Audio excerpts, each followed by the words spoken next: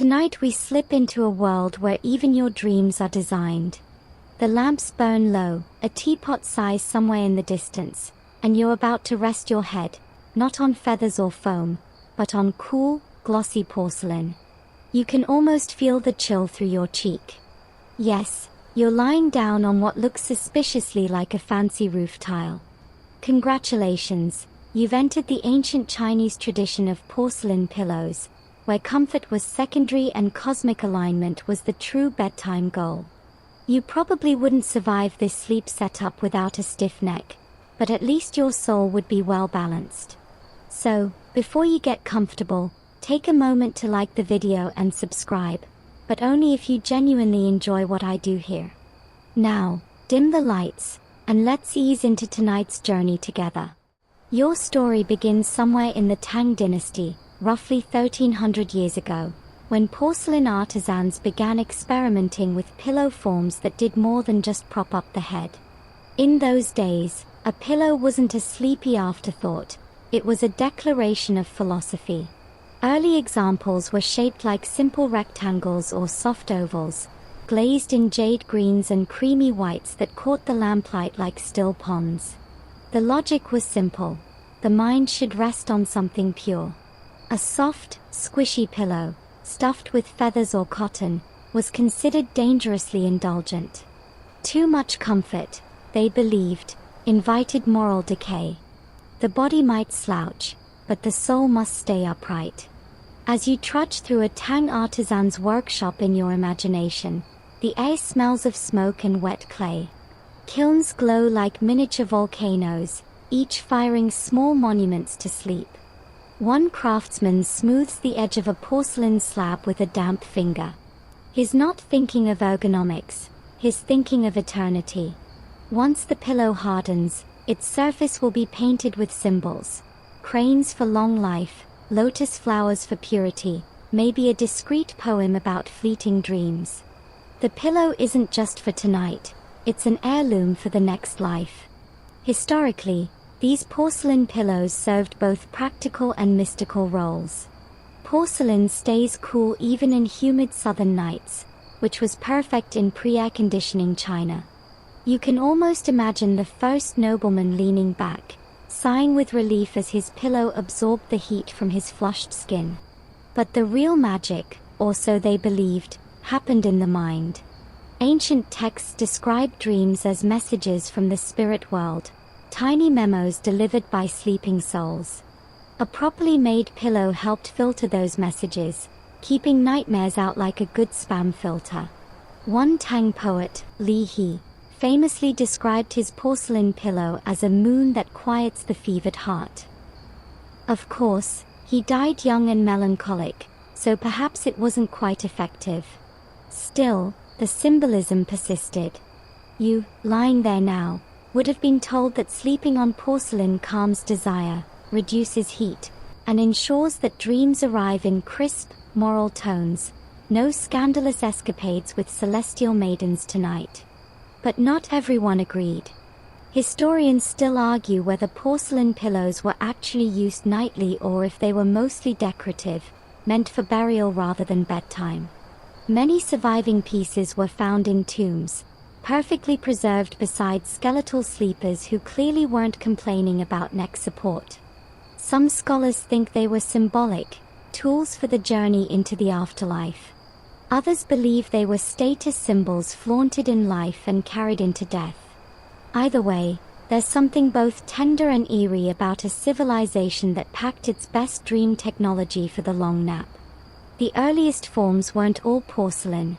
Before kilns could achieve the high temperatures needed for that signature glaze, people relied on wood, bamboo, even jade.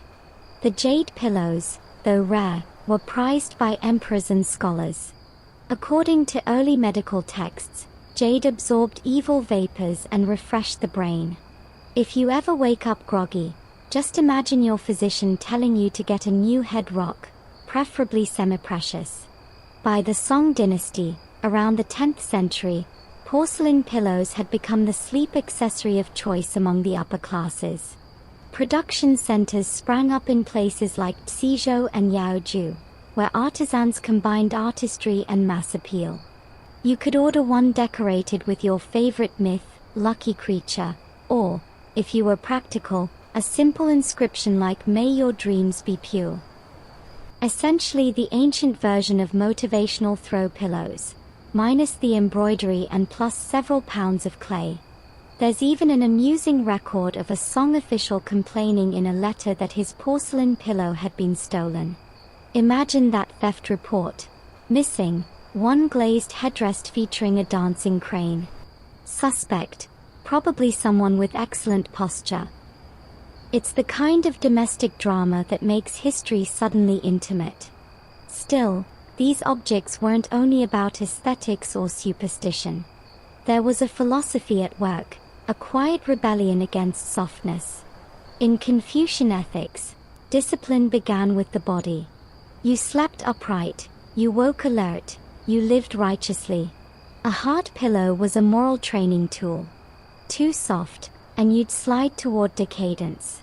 Too firm, and you'd wake up enlightened, or at least unable to roll over. Picture yourself reclining in a scholar's dimly lit study, the scent of ink and incense in the air. Your pillow gleams beside your scrolls, a silent reminder that virtue never slouches. You close your eyes. Maybe the porcelain's chill feels strange at first, but then it becomes familiar, like resting your head on still water. A later Ming medical manual even suggests that porcelain pillows could prevent dream demons from entering through the ears. Why the ears, you ask? Apparently, ancient physiologists believed your dreams entered through whichever orifice was least guarded. No wonder they kept the room quiet, didn't want to let the demons slip in through the gossip. As the night deepens, the pillow's glaze gleams faintly, and the workshop smoke drifts upward like pale ghosts. You can almost hear a craftsman whispering to his creation, asking it to hold the sleeper's worries until morning. That blend of faith and design, that tender absurdity, is the real charm of these objects. You roll onto your side, feeling the hard curve beneath your cheek. It's not comfortable, not really. But there's a certain clarity that comes from resting on something that refuses to give way. In that quiet resistance lies the essence of early Chinese dreams, calm, controlled, and beautifully unyielding. The night deepens, and you're still resting your head on that improbable porcelain pillow, hard, cold, and strangely reassuring. As your thoughts drift, the smooth surface beneath your cheek begins to change shape in your imagination. You blink once, and suddenly it's not a rectangle anymore. The pillow ripples into the form of a crouching tiger. Its tail curls protectively around your neck, and its painted eyes seem to guard the threshold between waking and dreams. Yes, welcome to the age when people genuinely believe that the shape of your pillow could determine the shape of your sleep. Ancient Chinese pillow designers were part sculptor, part philosopher, part amateur psychologist. They carved, molded, and painted symbols so that when your head came to rest, it did so on a landscape of meaning. Some were simple, rectangular pillows with softly concave tops to cradle the skull, but others were eccentric marvels. Archaeologists have found porcelain pillows shaped like reclining children, tigers, phoenixes, ducks, fish, and lotus buds. You might say it was the world's first collection of sleep emojis. Each one promised a specific kind of dream: prosperity, fertility, wisdom, or safety. It's oddly touching, and maybe a little neurotic, that people would lie awake wondering, did I pick the right animal to sleep on tonight? The tiger, for instance, was thought to ward off evil spirits. Its stripes symbolized power and vigilance. So if you were a Tang general sleeping before battle, you might choose a tiger-shaped pillow to ensure courage and victory in your dreams. The phoenix, by contrast, was the feminine counterpart, an emblem of beauty, virtue, and rebirth. Women, especially brides, often used phoenix pillows, believing they'd dream of harmony and domestic peace. Imagine the marital pressure of knowing your pillow might snitch on your subconscious. There's a preserved pillow in the Henan Museum shaped like a boy clutching a lotus flower, a design popular during the Song dynasty. The boy represented fertility and continuity of family lineage, while the lotus symbolized purity. Newlyweds were gifted such pillows with a wink and a blessing. May your nights be fertile and your offspring pure of heart, and ideally quiet sleepers. You can almost picture the bride politely smiling, thinking, "I'd prefer a soft one, thanks." A mainstream historical fact tucked among these dream talismans. Many Song-era artisans came from the same kilns that produced the empire's finest tableware. In places like Xizhou, Jingdezhen, and Yaoju, pillow making became a legitimate art form, signed, stamped, even commissioned by wealthy families. Entire workshops specialized in sleep sculptures, competing for imperial favor. It was luxury furniture meets spiritual insurance policy. Some pillows were shaped like miniature houses or beds within beds. You'd rest your head on a tiny ceramic headboard, complete with hand-painted curtains. Historians think these were meant to mimic domestic bliss, sort of a dream within a dream gimmick. Others suggest the nested beds symbolized multiple layers of consciousness, a prototype of lucid dreaming theory long before psychologists gave it a name. As for the material itself, artisans refined the curves carefully. The top was often slightly concave to cradle the head, but the sides were flat, perfect canvases for decoration. Some featured underglaze black calligraphy, poems about fleeting clouds, or moral proverbs like "rest the head, cleanse the heart." It's very possible that the last thing a scholar saw before drifting off was a friendly reminder to behave better. But not all designs were benevolent.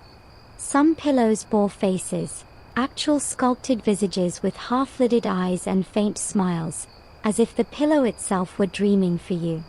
To modern eyes, they are both whimsical and unnerving. One famous example from the Jin dynasty depicts a serene female face, perhaps a courtesan or goddess, the glaze faded to a spectral pallor. Historians still argue whether these face pillows were meant as companions, protectors, or just elaborate conversation pieces for lonely scholars. Imagine lying on one of those, your cheek against the cool porcelain cheek of another face, her calm expression watching over your slumber. It's poetic, yes, but also mildly terrifying. You can practically hear the pillow whisper, "Sweet dreams," or else. Still, the obsession with shapes wasn't just aesthetic vanity. It was rooted in deep symbolic logic. In traditional Chinese cosmology, everything had correspondence: animals, directions, elements, even seasons. By choosing a pillow with the right image, you tuned your dreams to the right frequency. A carp for perseverance, a crane for long life, a lotus for spiritual purity. You weren't just sleeping, you were practicing cosmic hygiene. There's also evidence that some designs were customized to address personal troubles. An anxious merchant might commission a pillow painted with mountains to symbolize stability. A scholar facing imperial exams could rest his head on one inscribed with open scrolls and clouds, invoking clarity of thought. Think of it as personalized cognitive therapy, except it came in porcelain and cost a small fortune to ship. Of course, not everyone was convinced. Certain skeptical philosophers argued that a pillow's shape couldn't possibly change the content of dreams. They preferred plain, undecorated blocks, warning that too much symbolism cluttered the mind. The irony? Those plain pillows are now so rare that they are considered the most spiritual of all, minimalism triumphing again, as it always does centuries later. The debate about how these shapes influence dreaming continues today. Some archaeologists propose a practical explanation. These forms simply made good molds for kill firing, and the dream symbolism came afterward. Others insist that pillow shapes were deliberately chosen to encode messages, like spiritual QR codes for the sleeping soul. Historians still argue whether form dictated function or belief dictated form. You reach out in your imagination and trace the curve of the porcelain tiger beside you. Its glaze is cool, smooth as river stones, its eyes painted in faded cobalt blue. For a moment, you feel absurdly safe. No demons, no worries, just the faint, echoing hum of the kill that made it 1,000 years ago. A soft breeze passes through the imagined workshop, stirring dust motes that glitter like tiny stars. Around you, rows of half-finished pillows wait in silence. Ducks, phoenixes, sleeping children. Each one is a tiny promise of comfort, or at least a beautiful attempt at it. You wonder what shape your pillow would take if someone sculpted your dreams into clay. Maybe a quill for creativity. Maybe a snail for the art of slow living. Or maybe just a humble cloud, trying its best to be both soft and strong. Whatever it is, it would probably still end up cold against your cheek, but somehow, impossibly, full of warmth. You're still drifting in that blue-shadowed room of porcelain dreams, but now the air feels different, warmer, thicker, as though incense has just been lit by unseen hands. Somewhere nearby, a wind chime stirs, ringing in intervals that sound suspiciously intentional. That's your first hint you've wandered into a Taoist household, where even the silence has been engineered to balance the cosmos. Here, the pillow beneath your head isn't just furniture, it's a calibrated energy device. A Taoist sleep instrument, if you like. According to the old masters, every breath, every muscle twitch, every restless turn under the blanket disturbs the body's qi, the vital energy that links flesh and spirit. And if the qi falls out of tune, so do your dreams. Hence the porcelain pillow, firm enough to keep your spine aligned, cool enough to quiet your inner fire, and symbolic enough to impress both spirits and guests. You can almost picture a sleepy scholar reciting Daijing verses before bed. The soft overcomes the hard, he murmurs, while deliberately choosing to rest his skull on baked stone. Irony was alive and well. The ancient Taoists were, in many ways, the world's first biohackers. They believed that certain materials conducted qi more efficiently than others. Clay and porcelain, with their earthy origins, were thought to anchor wandering energies back into balance. A pillow, therefore, wasn't merely a headrest. It was a grounding node, connecting your consciousness to the elemental stability of Earth itself. You, the dreamer, became a conduit, breath flowing through lungs, energy sinking through skull, harmony restored one slightly stiff neck at a time. One mainstream historical fact comes from the Qianjin Yaofang, Essential Prescriptions Worth 1,000 Gold Pieces, a 7th century medical compendium by Sun Simiao, the so-called king of medicine. In his writings, Sun recommended sleeping on firm surfaces to promote healthy circulation of qi. He warned that excess softness confuses the channels, leading to nightmares, fatigue, or a heavy head. Translation: memory foam would have scandalized him. And there's that fringe tidbit, because no ancient sleep theory is complete without a touch of magic. Certain Taoist sects believed that a porcelain pillow could act as a barrier between the body and mischievous nocturnal spirits, who were said to enter through the crown of the head. The hard, reflective glaze supposedly confused them. They'd see their own faces, get spooked, and flee. That's right, porcelain as the world's first ghost deterrent. You can see it now. Some weary monk in a mountain hermitage polishing his pillow until it gleams like a mirror, muttering, "Try getting through this, demons." You almost hope it worked, because otherwise, that's a lot of effort for minimal lumber reward. In practice, the Taoist approach to dreaming was beautifully practical beneath all the mysticism. Sleep wasn't escapism, it was training. They described it as the small death, a nightly rehearsal for shedding the self and returning to the natural flow of the Tao. To sleep well was to live well. To dream clearly was to see reality for what it truly was, temporary, cyclical, interconnected. A perfect dream wasn't filled with palaces and deities. It was one in which you forgot yourself completely and became part of the rhythm of existence. And the pillow? It was your anchor, holding you in place while your spirit surfed infinity. Taoist manuals even outlined ideal sleeping positions.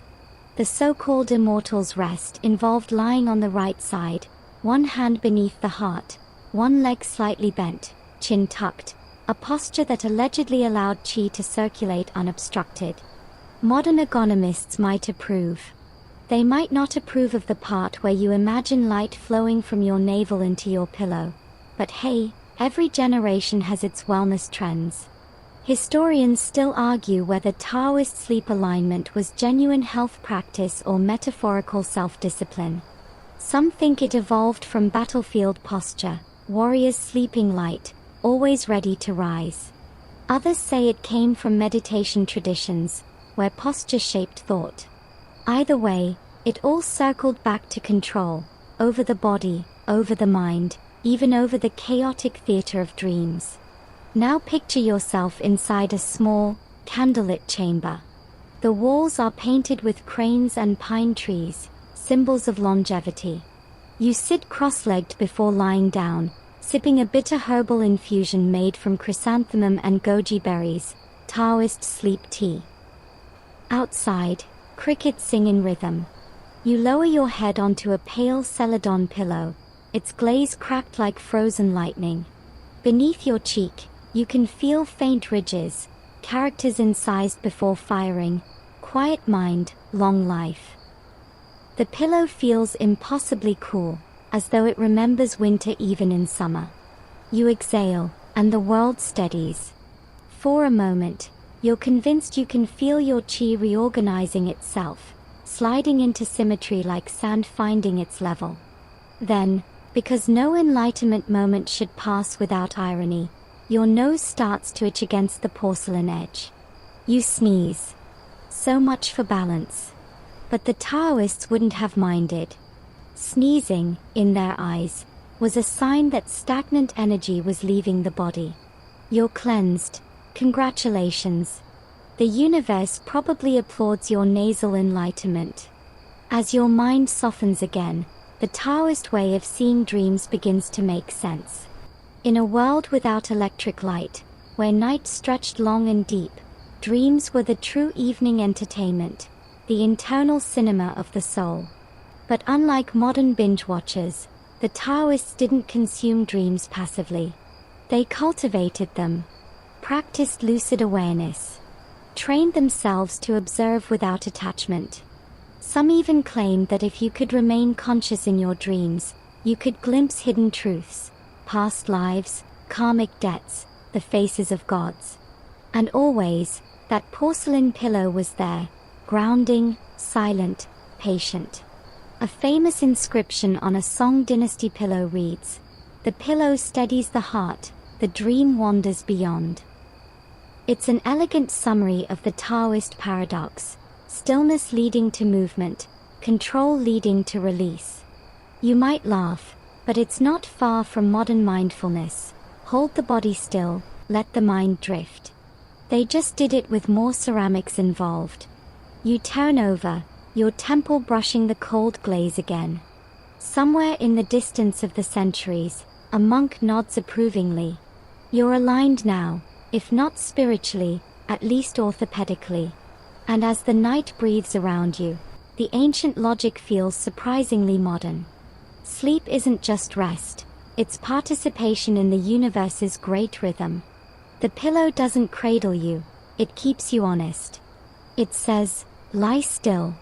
The world will turn without your help. You smile faintly. The porcelain doesn't. It never does. You're still there, somewhere between waking and dream, when a faint metallic crackling reaches your ear, the sound of fire breathing into clay. It's the kill again, glowing in the distance like an open sunrise, and around it bustle the ceramic whisperers, the men and women whose hands literally forged the foundation of other people's sleep. They don't call themselves artisans, they are keepers of secrets, because each glaze has its own temperament. Too much copper and the color runs wild. Too little and it sulks into dullness. One wrong breath of wind through the kill's mouth, and a month's work becomes rubble. Yet when the balance is right, earth, water, fire, and air all align to make a porcelain pillow that hums faintly under your palm, as if alive. You watch a potter in the Tang dynasty lean close to his creation. His sleeves are white with clay dust, his forehead damp. His painting with a brush made from rabbit hair, tracing the outline of a lotus that will, when fired, emerge in shimmering blues and greens. It's delicate work, one tremor, and the dream symbol becomes an accident. He pauses, smiles faintly, and blows across the wet surface. For a moment, the lotus trembles as though it might bloom. The ceramic whisperers didn't just craft beauty, they crafted temperature. Porcelain's secret weapon was its ability to retain a cooling touch. In sweltering summers, when bamboo mats were the only form of air conditioning, a porcelain pillow was a luxury of physics. You could almost hear the sigh of relief from a nobleman who laid his feverish head on one, feeling the heat draw out like mist. That's the mainstream historical fact. Porcelain pillows became widespread not only because of symbolism but because of their thermodynamics. The cool surface, impervious to insects and mold, made them both hygienic and practical in humid climates. They were, in a way, the ancient equivalent of sleep tech. Only, instead of marketing campaigns and unboxing videos, there were temple fairs and traveling kill guilds whispering that the right glaze meant sweeter dreams. But there's a fringe whisper too, the belief that these artisans didn't work alone. Some said kill smoke attracted spirits, that each firing released a chorus of unseen voices. Artisans left small offerings, grains of rice, dried petals, sometimes a drop of wine, to appease the kill god. The legend claimed that if you angered this deity with impatience or greed, your porcelain would crack in punishment. To this day, archaeologists find clay figurines of a smiling old man tucked into ancient kill foundations. That's the kill god, patron of sleep, heat, and everything fragile. Historians still argue whether such rituals were superstition or subtle quality control. Was invoking a kill spirit just a poetic way of reminding workers to stay calm? Possibly. But when you spend your life coaxing beauty from fire, a little reverence feels justified. The ceramic whisperers of the Tang and Song dynasties developed glazes so luminous that later poets swore they captured moonlight. Suzhou ware, with its bold black and white motifs, and Yaoju celadon, with its translucent greens, became the most coveted dream surfaces in China. One Tang pillow found in Hebei bears a glaze so pure it still reflects light like a mirror after 1200 years. You can almost imagine someone checking their hair in it before bed, a touch of vanity in an age obsessed with humility. In your imagination, you walk through their workshop. It's night. The air smells of smoke, damp clay, and pine resin. The workers move quietly, almost reverently, because noise is believed to upset the balance of the kill. Each pillow is painted with symbols chosen for the buyer: a carp for perseverance, a bat for good fortune, a lotus for purity. Some are gifts for scholars, others for brides. A few are destined for tombs, where their owners will dream forever under the earth. One of the artisans catches your eye. He's young, his hands cracked from work, and he grins as though he's caught you spying. You think this is hard work, he says, his voice echoing faintly through time. Try painting a dragon's scales while the glaze dries. You laugh softly, unsure whether you're dreaming him or he's dreaming you. Another worker nearby hums a tune, a lullaby from her village. She's carving a pillow shaped like a phoenix. Her strokes are steady, her movements ritualistic. Each curl of her knife sends up a small cloud of dust that catches the firelight. Watching her, you realize something that scholars often miss. These pillows weren't just art, they were intimacy solidified. Someone's hands, someone's breath, someone's quiet hope for someone else's rest. A finished pillow cools on a shelf, its surface glowing faintly blue. A thin crackle pattern, what collectors now call crackle glaze, spreads across it like frozen lightning. You touch it, and the surface hums beneath your fingertips, still alive with the memory of heat. Here's a curious fact. Some ancient manuals instructed potters to mix specific minerals to trap moon essence in the glaze. They'd fire their kilns at night, believing lunar light infused porcelain with tranquil energy. Whether it worked or not, who knows, but the poetry of the idea is irresistible. You can imagine a craftsman whispering, "Let the moon cool this one," before sealing the kill door. Of course, not every attempt succeeded. In many kill ruins, archaeologists have found shards of misfired pillows, warped, blistered, or collapsed. Even failures were kept and buried ceremonially. A cracked pillow was said to have refused the dream, and thus deserved respect. Imagine treating your broken mug that kindly. The kill fire burns lower, orange fading to gold.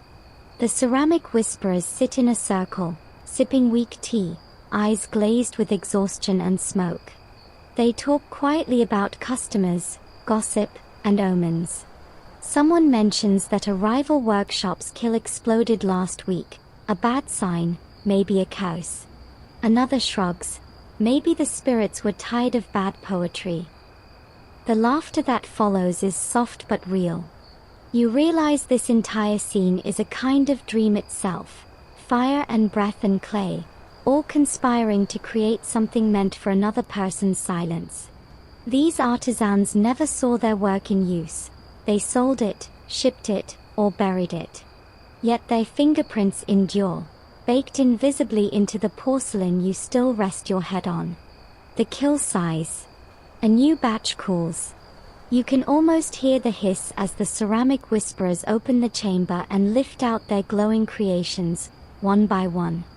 To them, it's not just work, it's midwifery for dreams. And tonight, one of those dreams happens to be yours.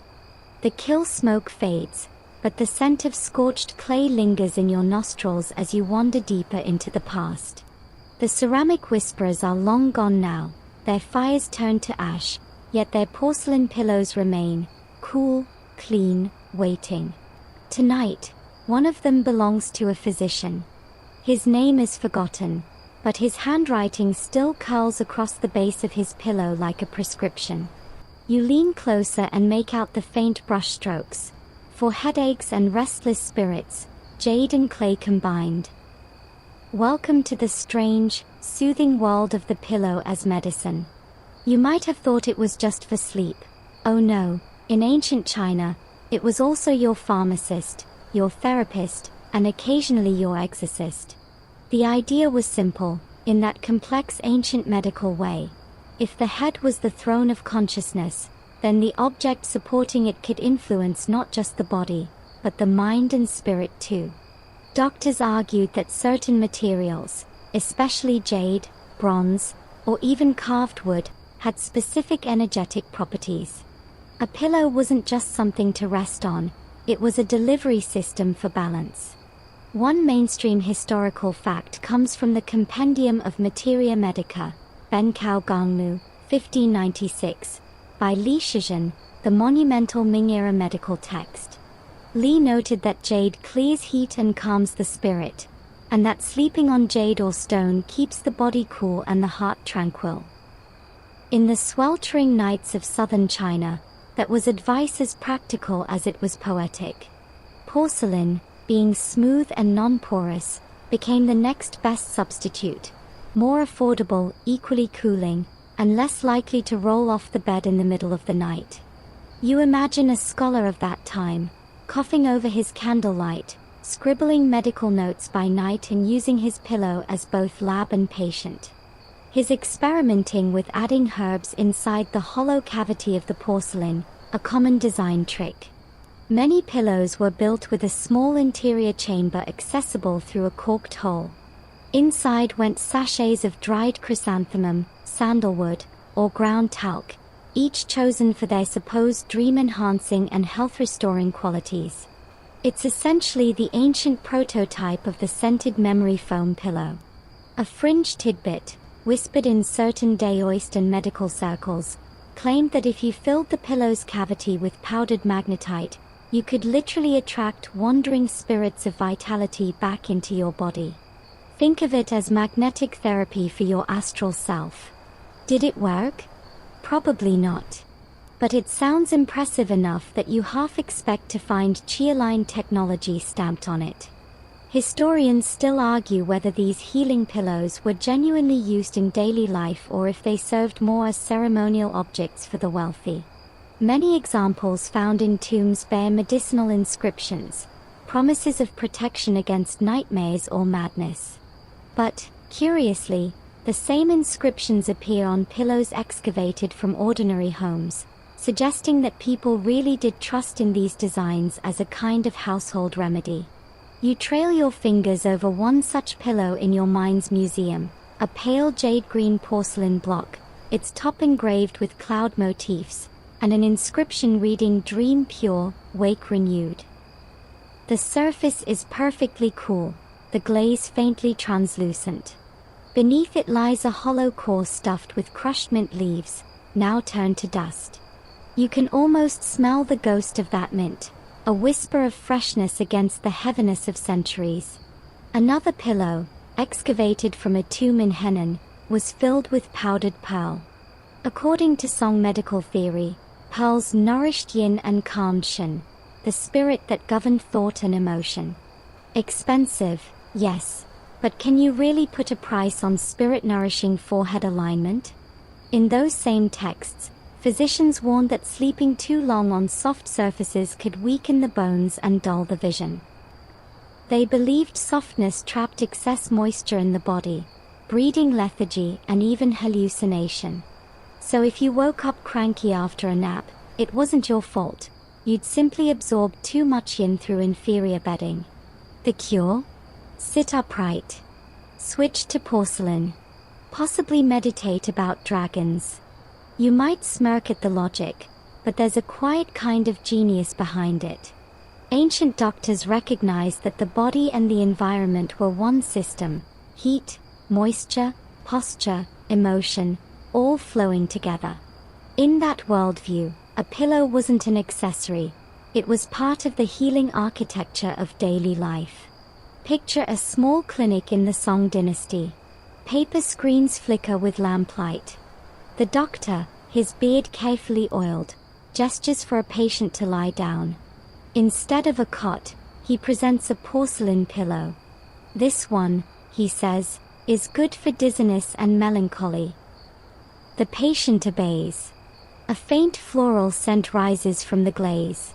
The doctor murmurs about blocked meridians and misdirected energy while taking the pulse. You stand in the corner, wondering if he's treating insomnia or conducting a bedtime sermon. Then there's the oddest belief of all, the dream detox.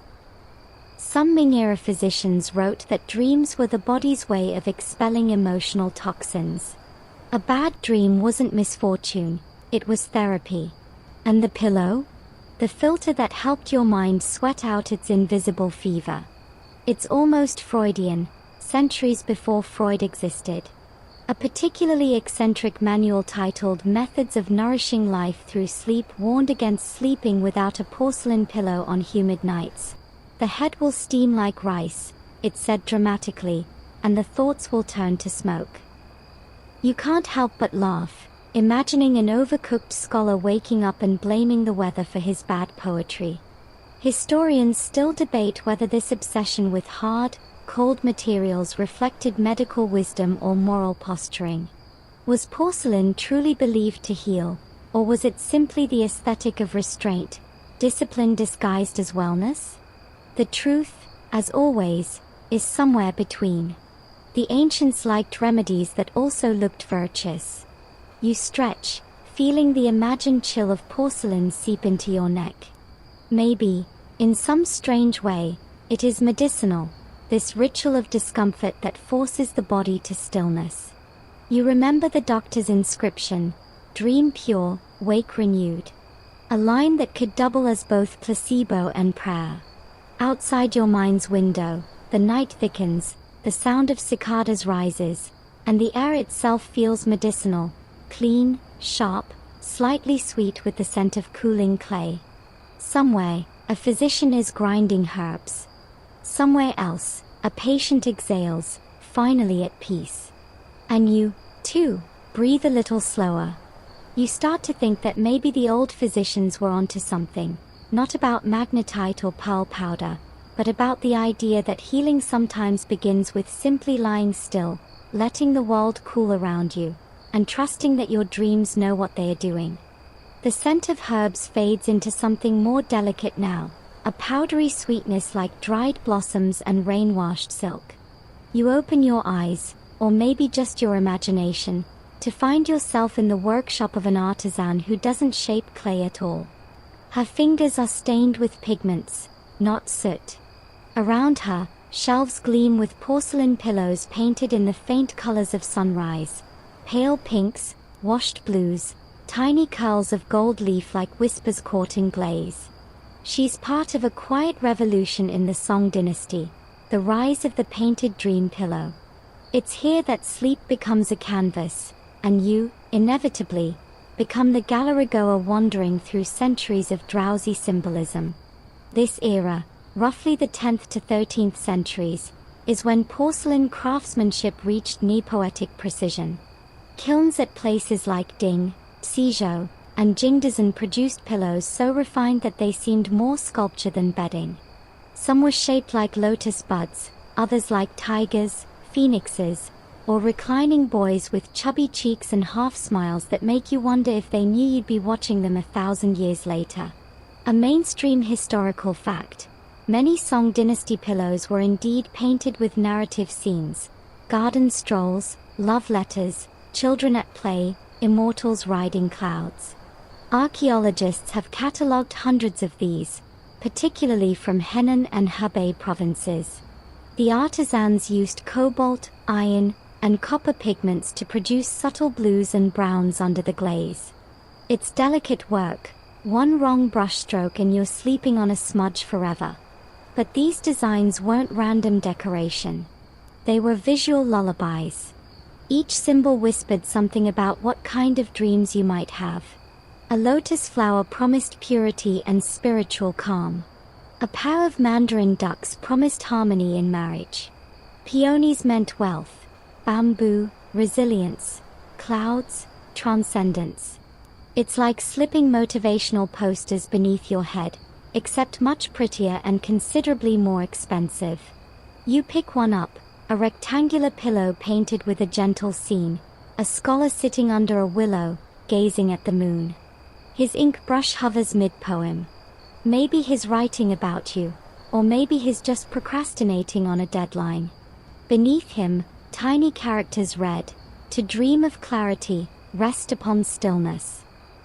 Historians still argue whether these pictorial pillows were meant purely for aesthetics or if they had ritual roles, perhaps wedding gifts, or tokens exchanged between lovers before long absences. Some scholars point to the recurring motif of the sleeping child, a plump baby sculpted on the pillow's top, representing fertility and continuation of lineage. Others think it was simply a visual pun. You rest your tired adult head on eternal baby nap time. Both theories have charm. A fringe tidbit drifts in from folklore. Some believe that if you stared at a pillow's painted scene before sleeping, you would literally enter it in your dreams. The artwork became a map for your spirit's nightly travels. A garden pillow could lead you into a celestial orchard, a phoenix pillow, to rebirth and renewal. Essentially, ancient lucid dreaming with better interior design. Imagine the artisans who painted these gateways.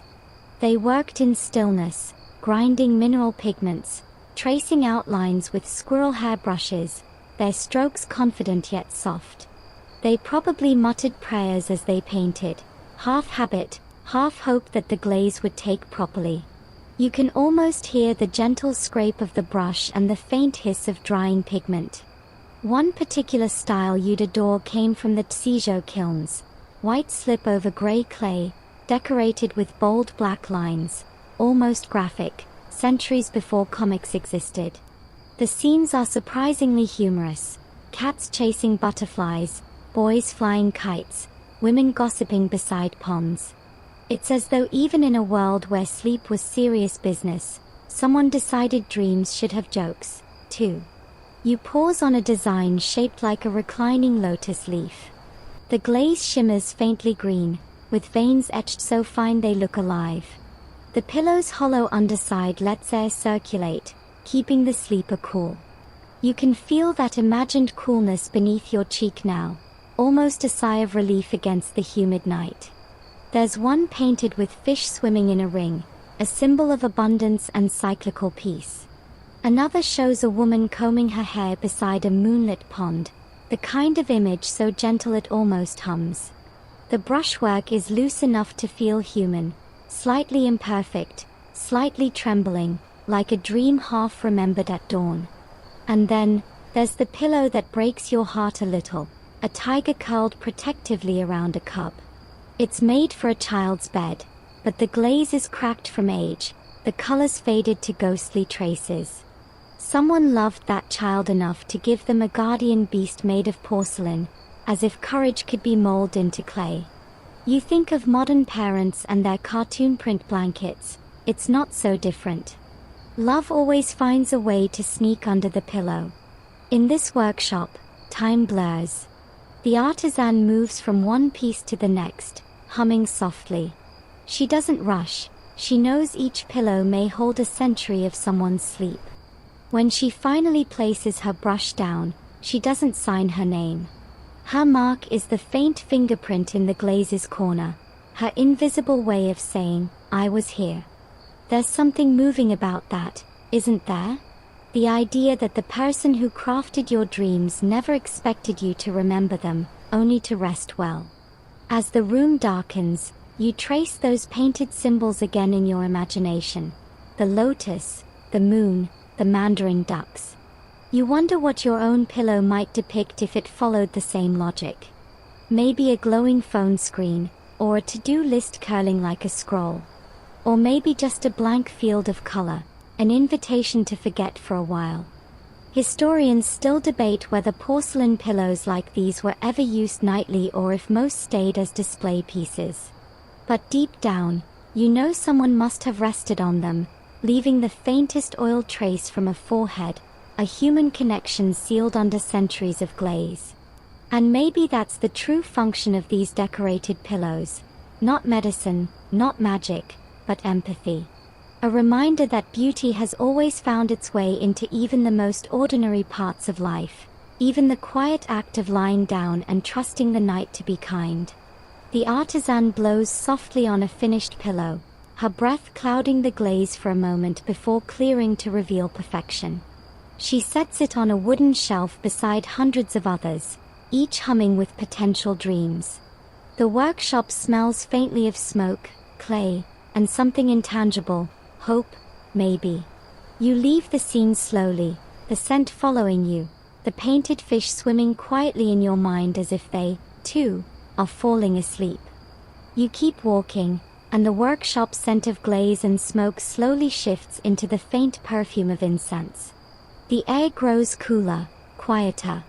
There's chanting somewhere, distant yet steady, a rhythm that feels older than memory itself.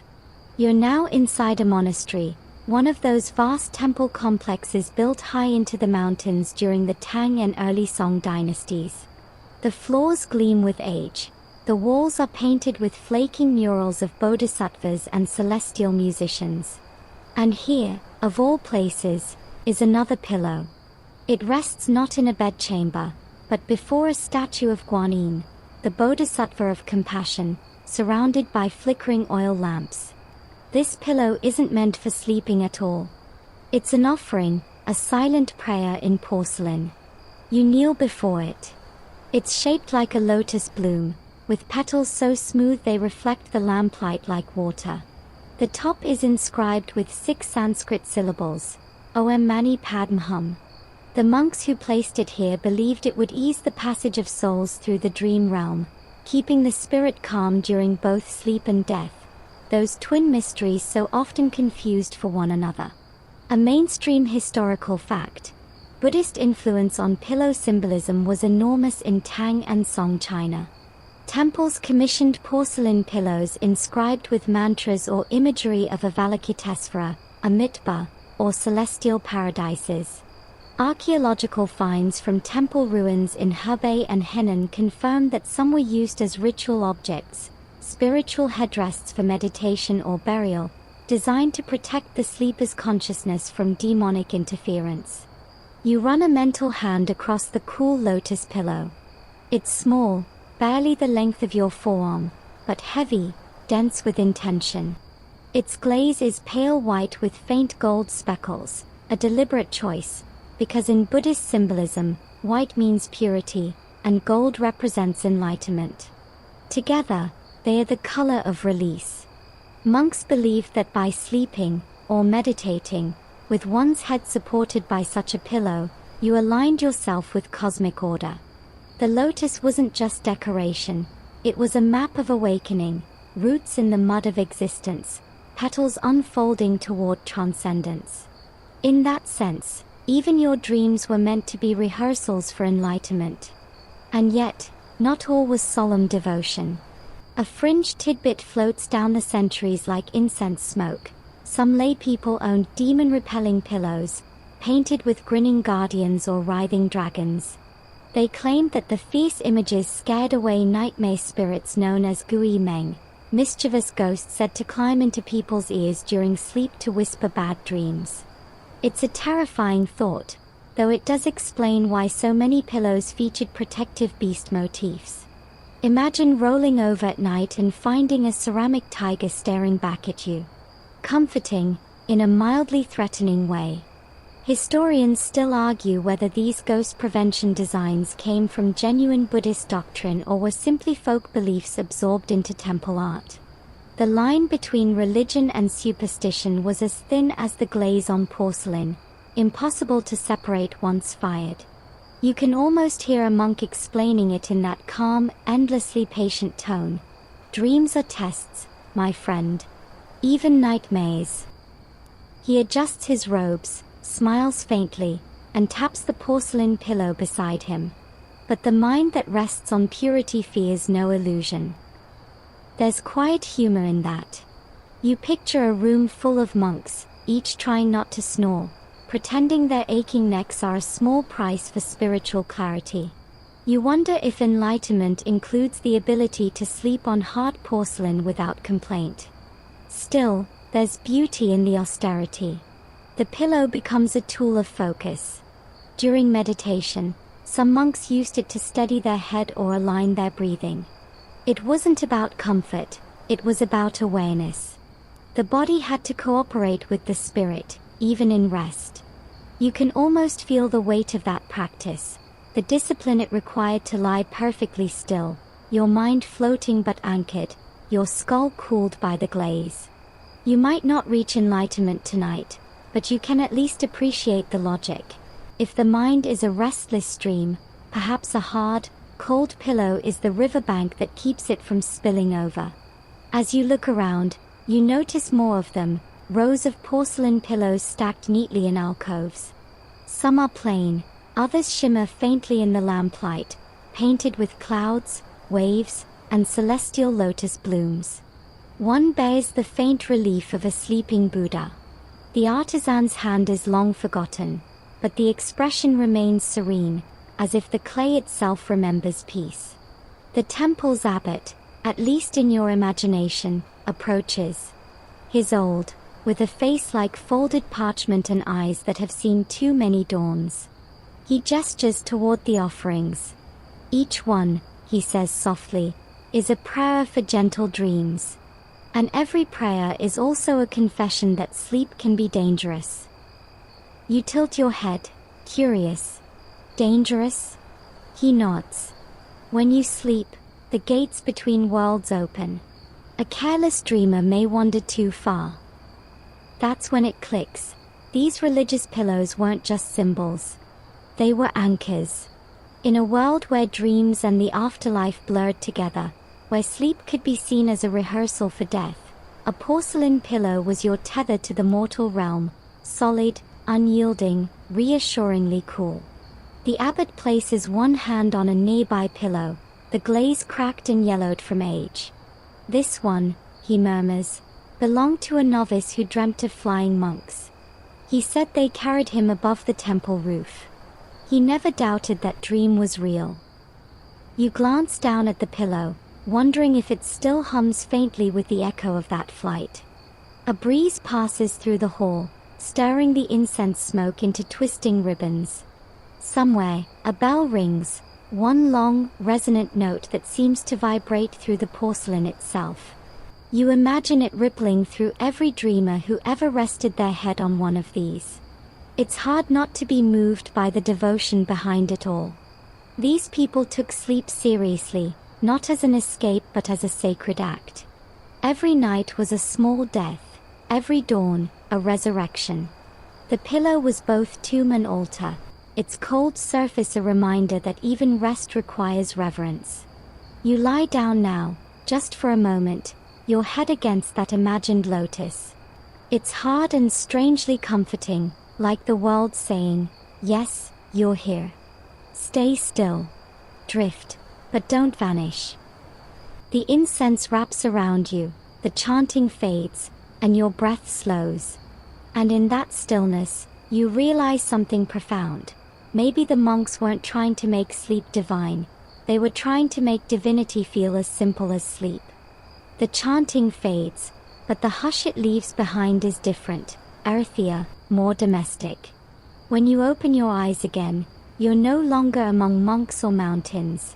You're standing in the narrow courtyard of a Song Dynasty townhouse, the kind where vines creep over clay walls and laundry sways lazily on bamboo poles. There's the faint rattle of a bamboo wind chime. Someone nearby is cooking rice, and the air smells faintly of ginger and old books. Here, pillows are not sacred offerings or medical instruments, they are just furniture. Everyday artifacts, humble but beloved. Still, each one hums with a story, and the women of this household know how to tell it. You step into the main room. It's small but tidy, the kind of space where every object has purpose.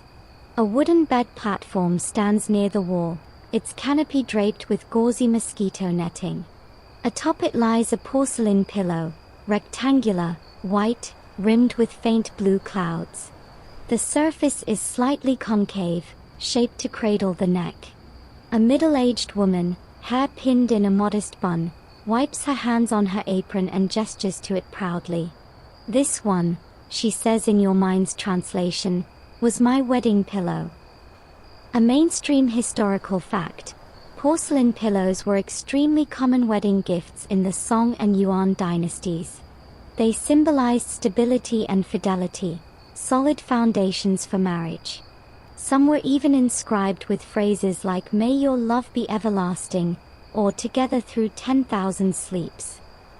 Others were shaped like reclining children, meant to bless the couple with sons. This woman's pillow bears two mandarin ducks etched along the rim, their beaks nearly touching. In Chinese symbolism, mandarin ducks represent loyal partnership, they mate for life. You glance at the glaze, noticing a faint hairline crack between the ducks, as if even eternity had developed laugh lines. She chuckles when you point it out. "Ah, yes," she says, "from the night our first son was born. I suppose even porcelain sighs." There's gentle humor in her words, the kind that only people with long lives and longer marriages can carry.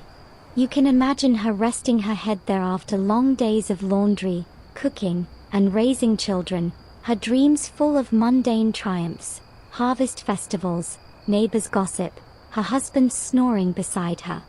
A fringe tidbit.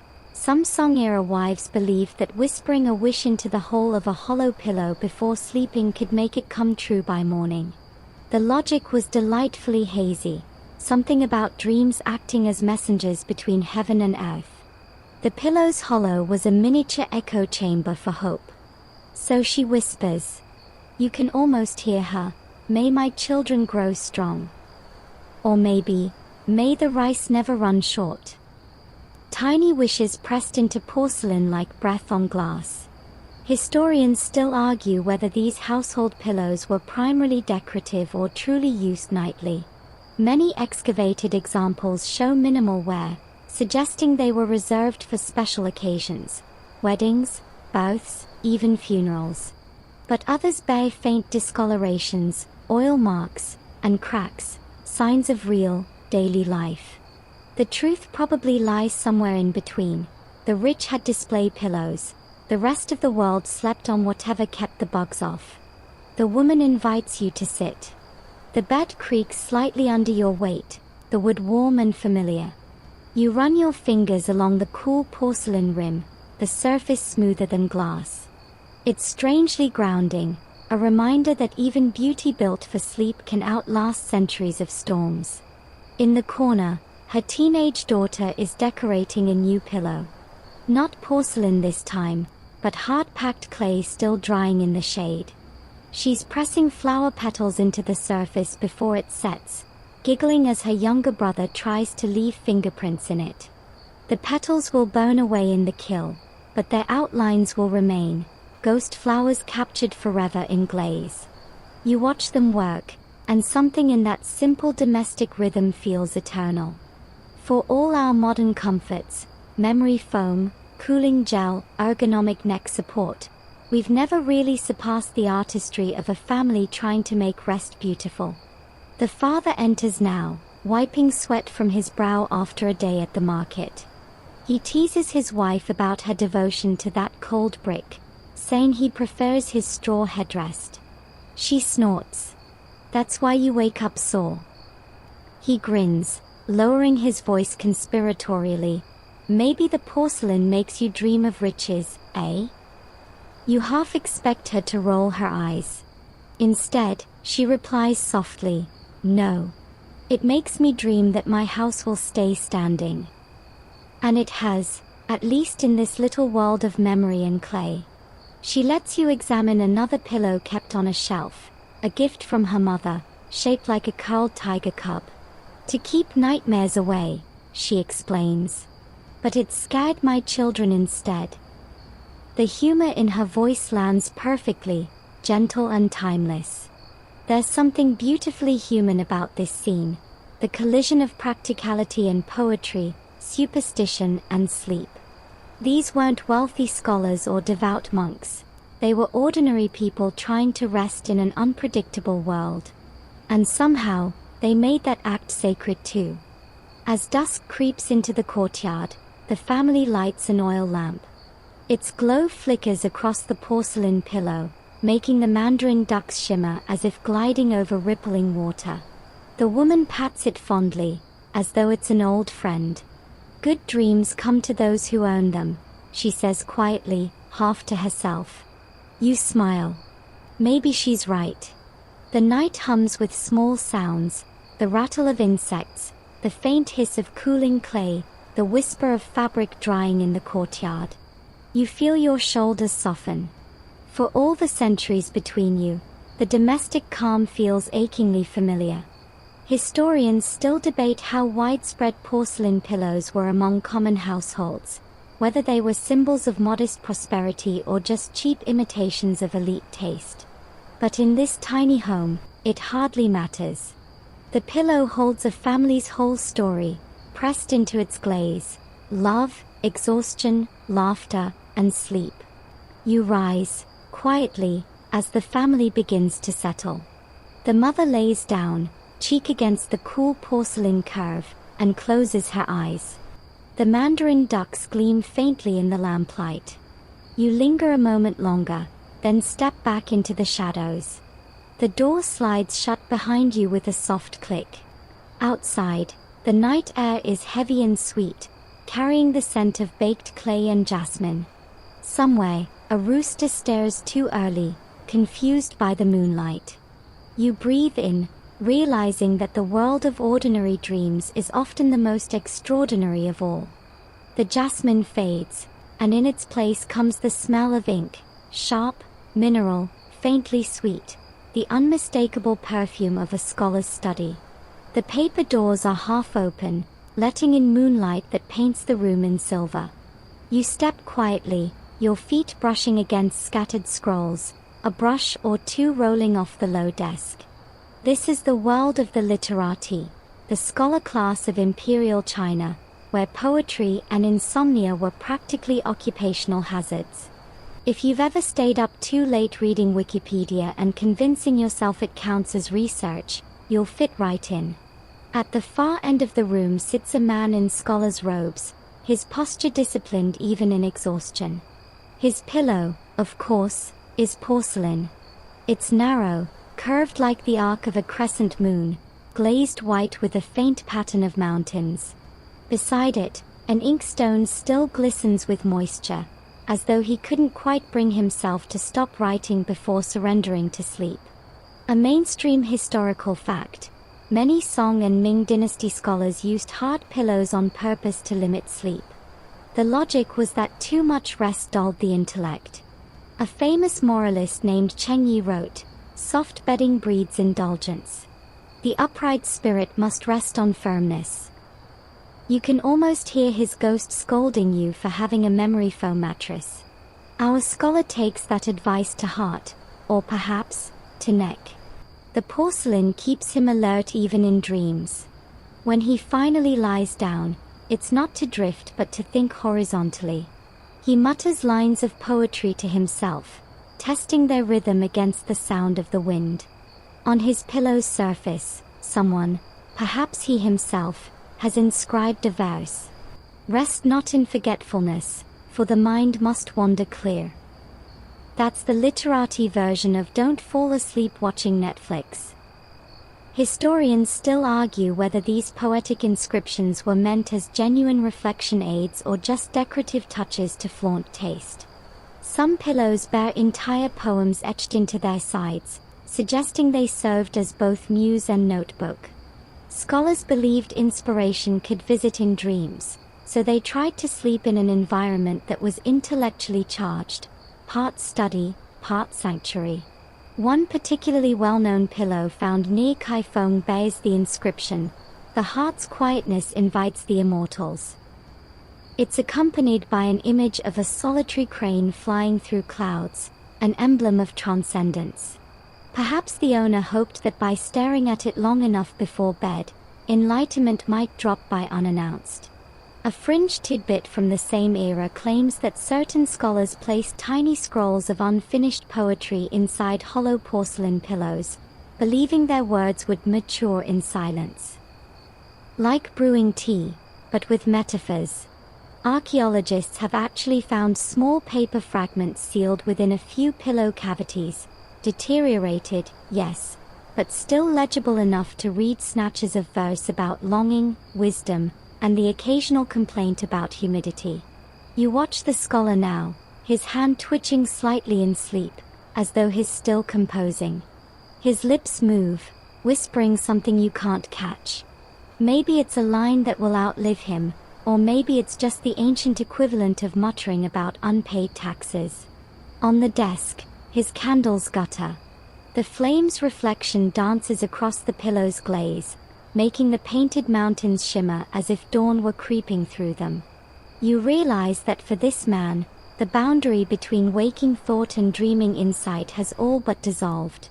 He's not chasing rest, he's chasing understanding. And perhaps that's what all thinkers do, turning sleep into another form of study. He stirs suddenly, half awake, and scribbles on a scrap of paper, "Dreamed I spoke with Confucius. He disapproved of my haircut." Then, satisfied, he collapses again, snoring softly.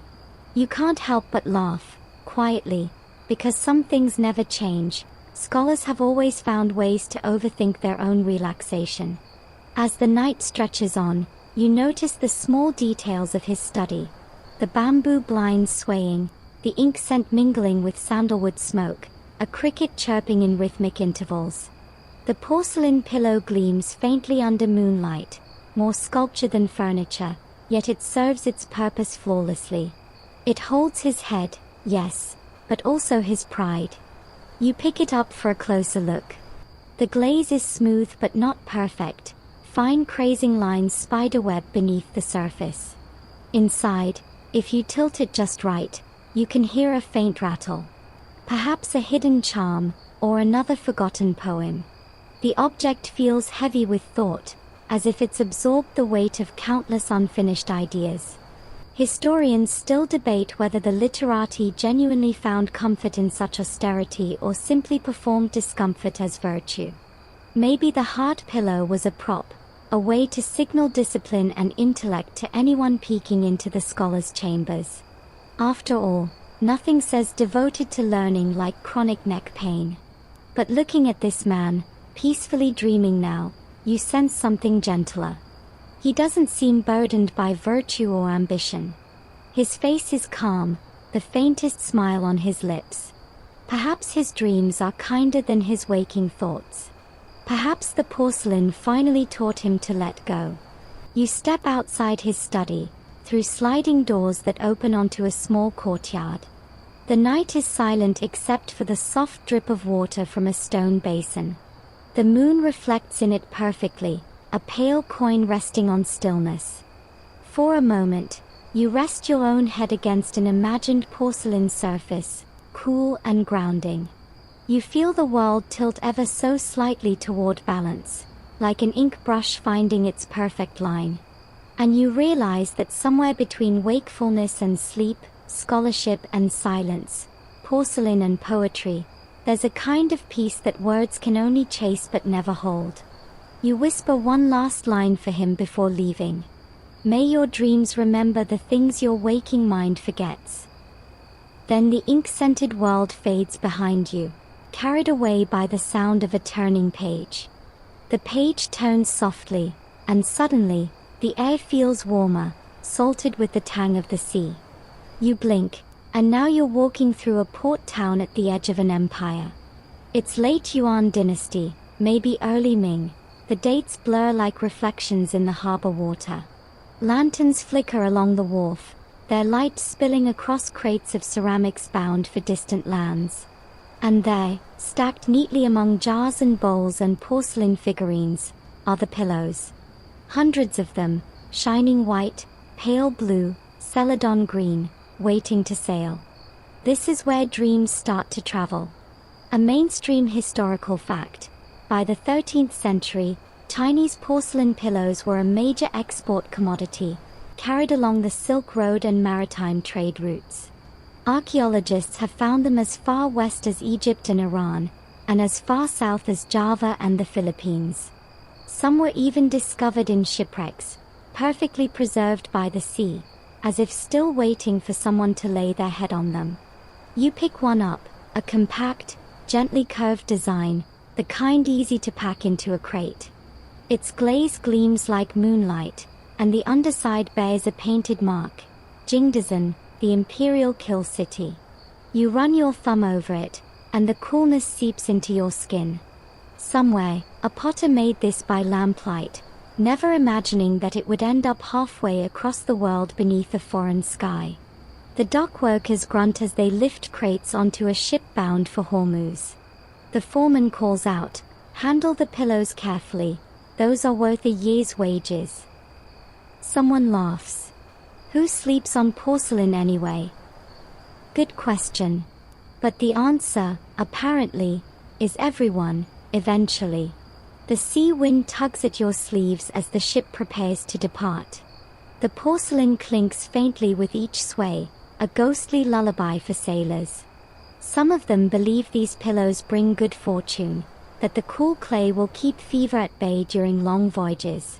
A fringe tidbit from maritime folklore even claims sailors sometimes used broken porcelain shards as protective talismans against drowning, thinking they carried the calm of still sleep into the storm. Historians still argue whether exported pillows were functional objects or luxury curiosities for collectors abroad. Some were clearly adapted for foreign tastes, decorated with Persian motifs, Arabic calligraphy, even lotus patterns blended with Islamic geometry. Others retained their original Buddhist and Daoist imagery, silent ambassadors of an aesthetic language no translator could improve upon. You imagine one of those pillows arriving in a Cairo marketplace, a trader displaying it proudly among blue and white dishes. A headdress from the East, he says. Keeps you cool. Brings peaceful dreams. Someone skeptical picks it up, knocks it gently, listens to the ring. They nod. Solid work.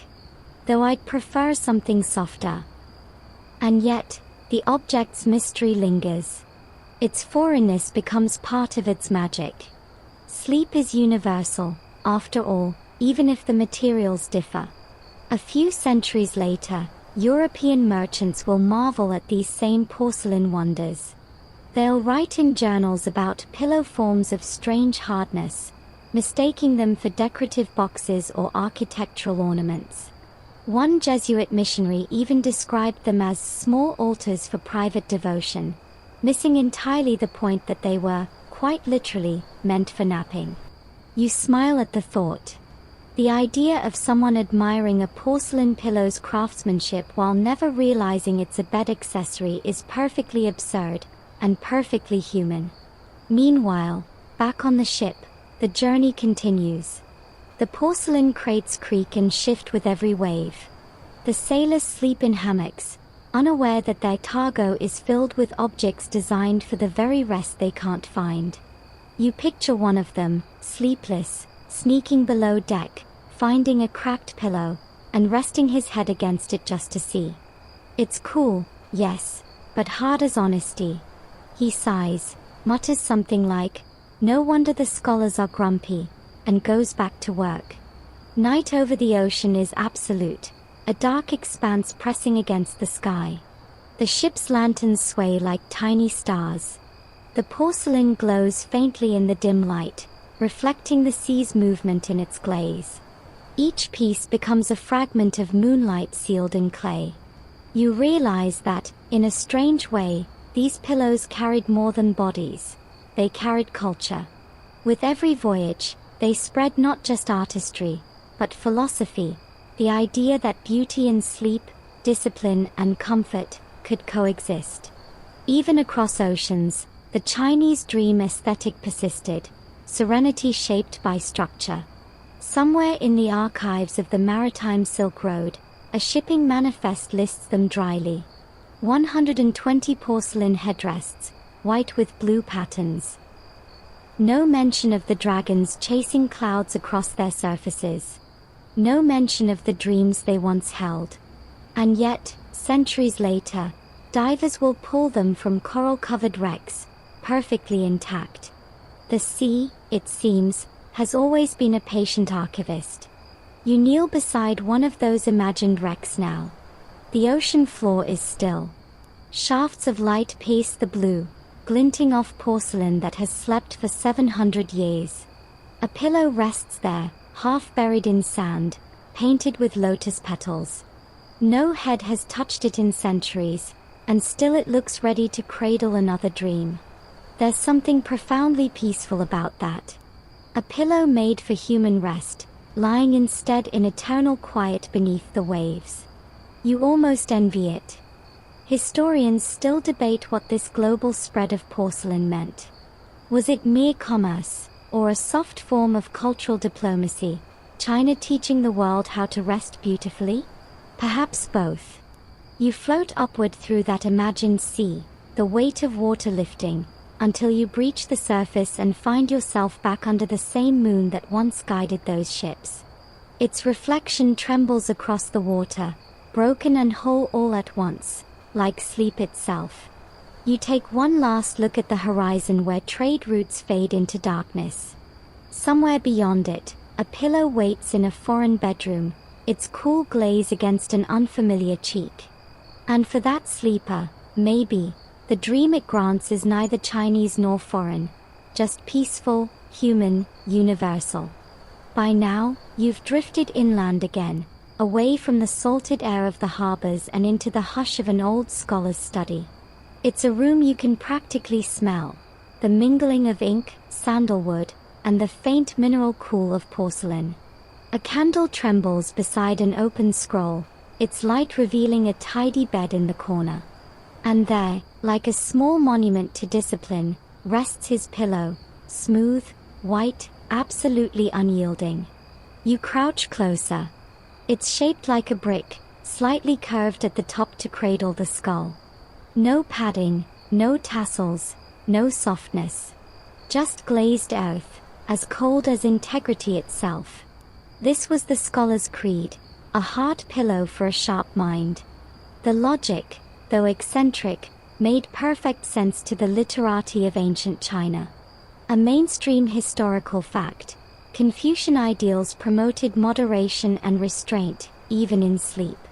Comfort was considered a potential threat to virtue. Too much softness might dull the senses, cloud the intellect, or invite lazy indulgence. So, the scholar's pillow became a quiet badge of moral superiority, proof that you could endure discomfort for the sake of refinement. Meanwhile, on the other side of town, a noblewoman of the Song dynasty reclines against a very different pillow. Hers is silk, crimson and gold thread glinting softly in lamplight. Inside, the stuffing is kapok and swan down, light enough to make you wonder if it could float. Embroidered onto its surface are cloud motifs and lotus petals, each stitch a whisper of luxury. This is where you start to see the social divide between silk and stone. The wealthy slept on cushions that sighed beneath them, perfumed with lavender or sandalwood.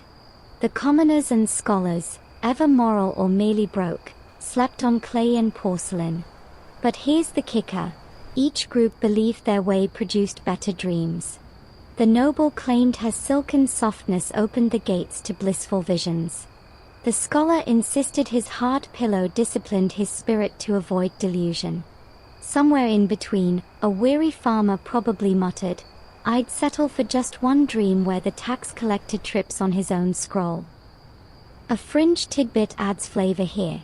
In some medical treatises, it was said that sleeping on something firm keeps the eyes clear and the thoughts upright.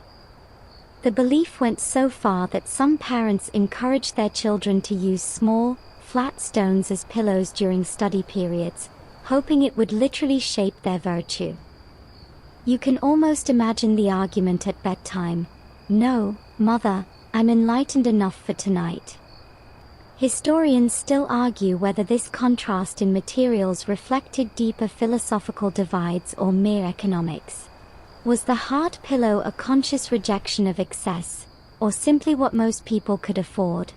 Some claim it mirrored broader tensions between Confucian discipline and Daoist ease, between a society that valued control and another that yearned for flow. You run your hand over both kinds of pillows, the silk and the porcelain. The first yields instantly, warm and forgiving. The second stays cold, unmoved. Each invites a different kind of dream, one fluid and indulgent, the other crisp and lucid. And yet, they share something quietly human. Both, in their way, express a longing to manage sleep, to turn even rest into an art of self-improvement. It's not enough just to doze, you must sleep with purpose. You picture an imperial servant carrying a tray of porcelain pillows into the emperor's chamber. Each one identical, each one glazed with imperial dragons. The servant kneels and whispers, "May your rest be disciplined, Majesty." Then, across the city, a silk merchant's wife fluffs her embroidered cushion and murmurs, "May my dreams be sweet." Two prayers, same moonlight, different worlds. It's strange how the very act of lying down could reveal so much about social standing. In a sense, sleep became a kind of moral theater. The scholar's hard pillow was a sermon, the noble's silk one, a performance. You, somewhere between them, might wonder which dream would feel truer, the austere or the comfortable. And yet, every now and then, the lines blurred. There are stories of emperors disguising themselves as commoners and sleeping on porcelain to feel closer to the people. There are also stories of scholars secretly sneaking silk linings into their pillowcases, rationalizing it as protecting the glaze. Hypocrisy, it seems, is timeless, and so is neck pain. The contrast even extended into poetry.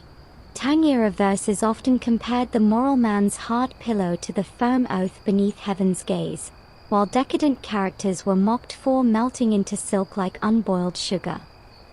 You can't help but smirk. Ancient bone culture was surprisingly poetic. Still, not all softness was sinful. By the late Ming period, a new ideal emerged: balanced rest. Philosophers began suggesting that the mind could not achieve clarity if the body was too strained. Moderation, once again, crept in through the back door, perhaps on tiptoe so it wouldn't wake anyone. You imagine that scholar again, centuries older now, his back stooped, his ink-stained fingers trembling. One winter night, he sets aside his porcelain pillow and replaces it with a silk one. He sighs, perhaps in guilt, perhaps in relief, and finally falls into a deep, forgiving sleep. That image lingers, the man who preached firmness finding solace in softness. The pillow beneath his head doesn't judge. It just supports. Because maybe the real moral isn't about hardness or luxury at all. It's about how every generation builds its own theory of rest. Some shape it in clay, others stitch it in silk, but all chase the same elusive thing, a good night's dream that feels earned. You lie back now, between those two extremes, the hard and the soft, porcelain cool against one ear, silk warmth against the other. The two materials meet beneath your head like a quiet truce between philosophies. The candle flickers low. Outside, the night deepens, and you find yourself wondering, when the dream comes, which side will you turn toward first? The night stretches onward, and suddenly, you find yourself surrounded by voices again, bustling, haggling, laughing. The moonlight glows on slick cobblestones, and the air smells faintly of sesame oil, river water, and hot soy cakes. You're standing in a night market somewhere near Kaifeng, centuries ago, when the Song dynasty still hummed with restless energy long after dark. You don't remember how you got here, but your feet lead you down a narrow lane lined with lanterns. Each stall is a miniature world: paper charms, carved combs, silk fans, fried dumplings, and then, gleaming under the flicker of lamplight, a table stacked with porcelain pillows. Their surfaces shimmer with glaze, every curve catching the firelight like the moon caught in water. A handwritten sign dangles from the stall's edge: "Sleep well, dream true, only 2 strings of cash." You step closer. The vendor grins, revealing teeth stained faintly by betel nut. "Ah, traveler. You look like someone who wrestles with your dreams. You need a proper pillow to tame them." You're tempted to say you were just passing by, but curiosity wins. You lift one of the pillows. It's small, perfectly smooth, shaped like a lotus leaf. The glaze is a soft, sea-green celadon, cool beneath your fingers. He leans forward confidentially. "That one's for scholars. Calms the liver, brightens the mind. You'll dream of immortals reciting poetry on white clouds." You glance at another, this one mold in the shape of a reclining boy holding a fish. "Ah, that," he says, lowering his voice, "is for couples. Ensures harmony, maybe a son if the spirits approve." There it is, commerce with a side of superstition. A mainstream historical fact. By the Song dynasty, porcelain pillow making had become an industry, not just an art. Kilns in places like Xizhou and Ding churned out headrests for both nobles and commoners. Markets across China sold them in various shapes, often promising health benefits or spiritual advantages. The humble pillow had become an everyday luxury, marketed with the same enthusiasm as herbal tonics or love charms. But the night market added its own flavor. Artisans and fortune tellers mingled freely. and the boundaries between medicine, religion, and marketing blurred like smoke from a lantern. One vendor might claim his pillows cured nightmares, another that his glaze color aligned with your birth element.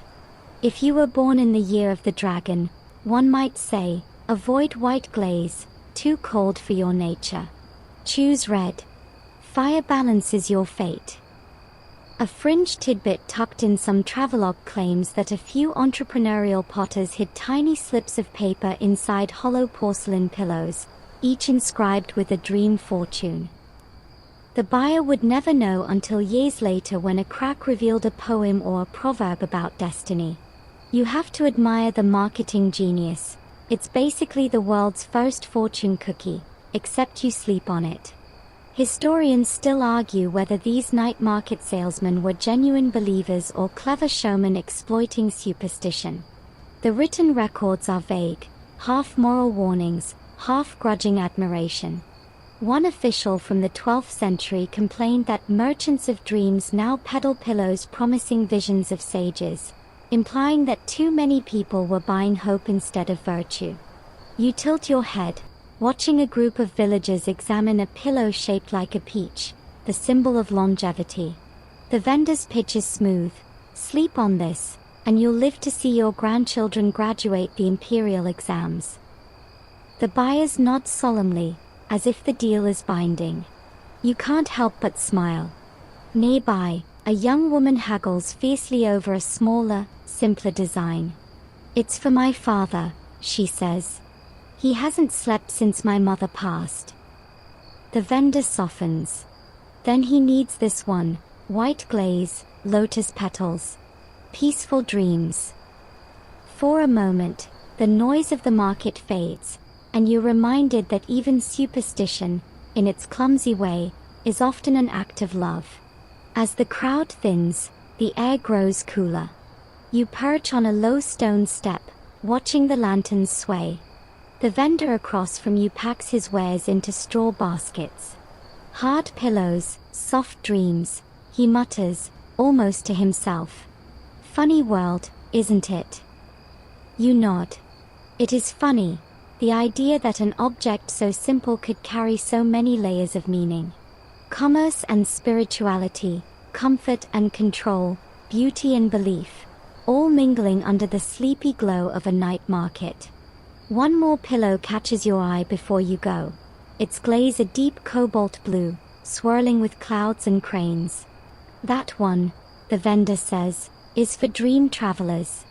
They say if you sleep on it, your soul won't get lost between worlds." The idea lingers as you leave the market, the noise fading behind you. The clatter of coins, the smell of sesame, the distant laughter, all dissolve into the soft rhythm of your footsteps. You carry that imagined pillow in your mind, feeling its cool weight, wondering how many promises it might have held. Maybe the people who bought these weren't gullible at all. Maybe they simply wanted to believe that beauty could shape peace, that even in a chaotic world, a small ceramic rectangle could hold the key to good dreams. You walk on, past stalls now shuttering, the last lanterns dimming. Somewhere, a rooster crows prematurely, fooled by the moon. The night exhales. And as you finally find a quiet corner to rest, your head nodding forward, you think of those porcelain pillows waiting on market tables, their surfaces gleaming like trapped starlight. For some, they were merchandise. For others, miracles. For you, they've become something gentler, a bridge between the noise of life and the hush of sleep. The night deepens and folds again, and when you next open your eyes, you're no longer in China at all. The scent of spices, cardamom, cinnamon, sandalwood, swirls through the air. You're standing in a caravanserai somewhere along the Silk Road, the halfway house of dreams. Merchants rest around you, their camels chewing lazily under a velvet sky. There's laughter in many languages, and the crackle of a fire warming pots of tea. Beside one traveler's blanket lies a porcelain pillow, familiar, yet not. Its shape is Chinese, but its surface is covered in delicate Arabic calligraphy. You crouch closer, tracing the inscription. It reads something like, "May your rest be gentle, and your dreams sincere." You smile. The dream trade has gone global. A mainstream historical fact. By the late Tang and Song dynasties, porcelain pillows were among the luxury goods traded along the Silk Road. Fragments have been excavated in Central Asia, the Middle East, and even parts of Eastern Europe.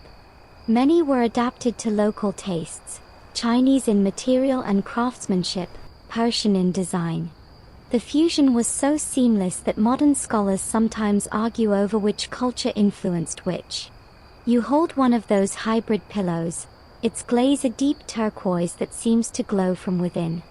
The edges are rimmed in floral arabesques, a motif borrowed from Persian metalwork, yet the central panel still bears the Chinese character for dream. It's a dialogue between civilizations, written in glaze. As the firelight flickers, a merchant notices your curiosity. "Ah," he says proudly, "from Jingdezhen, yes? Finest porcelain. They make pillows there so smooth, even bad thoughts slip off." He taps it gently, producing a bell-like ring. "This one," he continues, "was made for a sultan's daughter." The craftsman mixed Persian turquoise with Chinese kaolin. It said she dreamed of both lands every night, palaces of the East, gardens of the West. You nod politely, though the story feels half truth, half performance. Still, the idea charms you, a princess dreaming along the fault lines of empires. Somewhere nearby, a group of monks from Dunhuang huddle over tea, debating dream theory.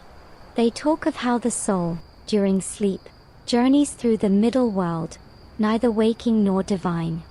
One monk gestures toward a pillow etched with lotuses and stars. "The path," he says, "is easier when the head rests on pure clay." Another laughs softly. "Or maybe when the mind isn't thinking about clay at all." Historians still argue whether this exchange of objects, these hybrid pillows, was a true exchange of ideas or just aesthetic curiosity. Did merchants actually discuss dream philosophy across borders? Or were they merely fascinated by beautiful objects from faraway lands? The evidence, like the dreams themselves, is hazy. A fringe tidbit from a Persian chronicle adds a delightful twist. It mentions the sleep bricks of Cathay, claiming they were sometimes filled with powdered jade and herbs to attract noble dreams. While there's no proof such pillows existed, the rumor itself reveals something, a global fascination with the idea that beauty could influence the unseen. You imagine these pillows scattered across continents, resting in caravans, palaces, and small desert homes. A Chinese artisan shapes one from local clay, ships it west. A Persian potter copies it, adding calligraphy and gold. A Byzantine trader brings it farther still. Each step strips it of some meaning and adds another, until the object becomes something larger than its origin, a cultural echo chamber of sleep. You run your fingers over another pillow, this one shaped like a crouching lion, its menace stylized in the Persian way. On its side, faint under centuries of dust, is a Chinese inscription, "To dream bravely." You can almost hear the laughter of the craftsman who made it, imagining the confusion of foreign buyers. And yet, somehow, it worked. The Silk Road didn't just trade silk and porcelain, it traded metaphors. Ideas about the body, the soul, and the fragile bridge of sleep passed invisibly from caravan to caravan. A Daoist notion of energy balance might have mingled with a Sufi idea of divine rest. A Chinese dream pillow could end up in Damascus, reinterpreted as a meditation aid. You sit by the fire now, cradling the turquoise pillow in your lap. The warmth of the flames makes its surface shimmer. Around you, the caravanserai hums softly, languages overlapping, spices mingling, stories intertwining. Sleep begins to tug at the corners of your mind, but you resist, curious. You wonder, when those travelers dreamed, Did they dream in multiple tongues? Did a Chinese merchant see Persian gardens, or a Persian scholar find himself floating over the Yellow River? Perhaps these porcelain pillows became vessels for shared dreaming, small, silent ambassadors of imagination. The fire dies down, and the stars crowd closer overhead. The merchant beside you snores gently, head resting on his imported treasure. His beard rises and falls with each breath. You almost envy his peace. As dawn edges over the horizon, the caravan prepares to move on. The pillows are carefully wrapped in cloth, packed into crates, and loaded onto camels. The travelers mount up, yawning. One turns to you and says, "Funny, isn't it? We all dreamed the same moon." Then he rides away, leaving the thought hanging like incense in the cooling air. You watch the caravan fade into the desert haze, their shadows long and trembling. The sound of bells, faint laughter, and distant wind blur together into something like the rhythm of breathing. For a moment, you feel the deep continuity of it all, that strange, fragile connection stretching across time and geography. From Jingdezhen to Samarkand to Damascus to Venice, each place adding a new dream, a new glaze, a new meaning. The pillow in your hand seems to hum with it. You press your ear to its cool surface, half expecting to hear a whisper in some forgotten language, saying, "Sleep well, traveler. You've come a long way." The world softens again, and when your eyes adjust, you're standing in a place where time itself seems to have stopped. The air smells faintly of earth and old paper. A faint drip echoes somewhere, steady as breath. You're in a tomb, one of the quiet kind, sealed centuries ago beneath a field that long since forgot its owner's name. Your lantern flickers against smooth stone walls. There, beneath the remains of a lacquered coffin, lies a small porcelain pillow. Its glaze has dulled to the color of moonlight filtered through fog. Dust clings to its edges, and a fine crack runs through one corner, like a single wrinkle on an otherwise serene face. You kneel down, brushing the dirt away gently, and realize this was meant to last forever. A mainstream historical fact: many porcelain pillows have been unearthed in burial chambers across China, particularly from the Tang to the Yuan dynasties. Archaeologists believe they were placed there to comfort the dead or to guide their souls toward peaceful dreams in the afterlife. In some tombs, the pillows bear inscriptions, names, poems, or even dream prayers, like messages left for eternity. This one bears 5 faint characters, barely visible beneath centuries of dust. Sleep well and rise renewed. You sit quietly with that. Even after 1,000 years, the wish still feels sincere. There's something strangely tender about these burial pillows. The idea that someone's last companion would be a cool, fragile block of porcelain, carefully chosen, lovingly painted, sealed away with them. It suggests that sleep and death weren't so different after all. Both were journeys through darkness towards something unknowable. A fringe tidbit whispers through your mind. Some scholars suggest that these pillows weren't just for the comfort of the dead, but acted as soul anchors, keeping the spirit's dreams tethered close to the body so it wouldn't wander too far before resurrection. Others even claimed the pillows might absorb traces of the soul, preserving it like perfume in a vessel. You shiver a little at the thought. Whether or not that's true, it's undeniably poetic, to sleep on an object that remembers you. Historians still argue whether these tomb pillows were ever actually used in life or made purely for burial.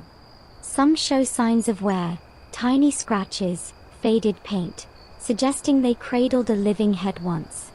Others are flawless, clearly ceremonial. Perhaps it didn't matter. Perhaps the afterlife demanded the same rituals of rest as the waking world. You move deeper into the tomb. Another chamber, another pillow. This one shaped like a tiger, teeth bared in a silent snarl. The symbolism is clear: protection during eternal sleep. You run your hand across its back, tracing the pattern of stripes etched beneath the glaze. In the stillness, you can almost imagine it breathing, standing guard against nightmares that might follow even into death. A third pillow waits nearby, simpler, rectangular, undecorated, its glaze flaking like old skin. Its austerity feels almost humble. Maybe it belonged to a servant or a scholar of modest means. Yet it rests here with the same dignity as the grander ones, a quiet reminder that in the end, every dreamer shares the same final pillow. You take a long, slow breath. The air tastes ancient, chalky, faintly sweet.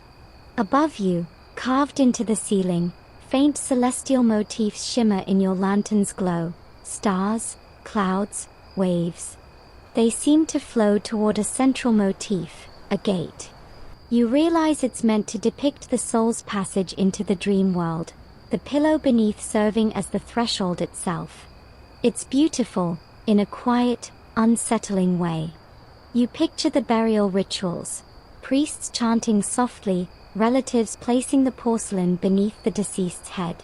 A child might weep, clutching a smaller version of the same pillow, comforted by the idea that their loved one will sleep well in heaven's chamber. You can almost hear the clink of porcelain against wood, the last small sound before the tomb was sealed. Centuries later, archaeologists open it again. They find not horror, but calm. The pillow's still there, the glaze intact, the dream intact. In one excavation report, a Tangyera woman's tomb described her pillow as painted with pomegranates for fertility, lotus for purity, and a poem for eternal dreams. You imagine her lying there, her face serene, surrounded by painted symbols meant to escort her through eternity. The poem might have read something like, "Close your eyes, wander beyond. Return when dawn finds no end." You whisper it softly, and for a moment, the tomb seems to breathe with you. Another theory, half historical, half mystical, suggests that the ancients believed sleep connected the living and the dead. If you dreamed vividly enough, you might cross into the realm of ancestors and speak with them. The porcelain pillow, with its hard, cool texture, helped focus those dreams, like a spiritual antenna.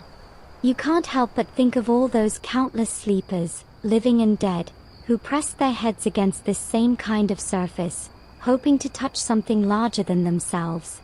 And in a way, they did. Because here you are, 1,000 years later, running your hand over the same glaze, thinking the same thoughts, half awake in another kind of darkness. You've become part of their dream. The lantern burns low now. Shadows pool around the edges of the chamber. You rise slowly, leaving the pillows where they've always belonged. As you turn to go, you glance back one last time. In the silence, it's easy to imagine that all these ancient sleepers are still dreaming, an unbroken chain of rest stretching through the centuries, from the first clay headdress to the one you'll use tonight. You step into the cool night air above ground, blinking at the stars. For a heartbeat, you can't tell if you've emerged from a tomb or from a dream. The night air feels heavier now, quieter, as if the world itself is yawning. You walk through a field lit only by pale moonlight. The wind carries the scent of damp earth and wild chrysanthemum. Somewhere far off, a dog barks once, then thinks better of it. You find yourself returning, gently, to the thought that's been threading through every century you've passed tonight, the human urge to rest, and to dream safely. You pause on a low ridge, looking out across the silhouettes of distant rooftops. For a moment, they seem to ripple like waves, each a sleeping head, each with its own pillow beneath. And you realize, with a kind of soft amusement, that despite all the dynasties and dramas, all the wars and philosophers and emperors, everyone still needs somewhere to lay their head. The porcelain pillows of ancient China were never just decoration or craft. They were belief made solid, the idea that sleep could shape destiny. You recall one mainstream fact. During the Song dynasty, pillow making reached an artistic and spiritual peak. Entire kilns specialized in crafting dream pillows. They were traded across the empire, given as wedding gifts, even used in temples as votive offerings for peaceful rest. Sleep was currency, and good dreams were divine favor. Yet there's always that odd, delightful fringe idea that clings to the edges of these stories. Some scrolls suggest that alchemists believed porcelain pillows could literally cool the blood, extending life by easing the restless heat of the mind. A calm head, a calm heart, a longer journey through the years. Whether that was science or wishful thinking, who can say? It's strangely comforting, though, the notion that a good night's sleep might be one of the oldest forms of immortality. Historians still argue whether the Chinese truly viewed dreams as divine messages or simply private mental theater. The debate matters less the longer you sit with it. Because as you look back over the centuries of dreams, the patterns remain: health, luck, love, protection, rebirth. All tucked beneath a head resting on clay, wood, or porcelain. You find yourself smiling, imagining some Tang artisan turning a pillow in their hands, wondering whether the glaze is smooth enough, whether the painted carp looks lively enough to leap through someone's midnight thoughts.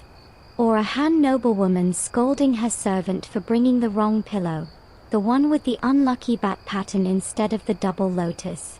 It's funny, really, how much attention people have always paid to comfort, even when comfort was hard to come by. And it's endearing, in a sleepy way, that people once believed an object could guide their dreams like a compass through mist. You sit down beneath a small willow, leaning back on your hands. The night hums with the quiet buzz of cicadas. The moon glows like a porcelain disc itself, cool, smooth, faintly imperfect. You can almost imagine it's one enormous pillow for the sky, keeping heaven's head at rest. Your thoughts drift to modern beds, memory foam, and ergonomic supports. Somehow, they feel less magical, more engineered, less believed in. And yet, when you close your eyes, the old impulse remains. You still want your pillow to promise something. Maybe not immortality, maybe not cosmic dreams, but at least a night without worries. A small kindness before morning's noise returns. You take another slow breath. The air feels softer now. There's a kind of full circle feeling in realizing that the ancient dream of better sleep never went away. It just changed materials. Clay became down. Porcelain became cotton. The wishes painted in glaze became whispered affirmations before bed. But the message remains the same: sleep well, and rise renewed.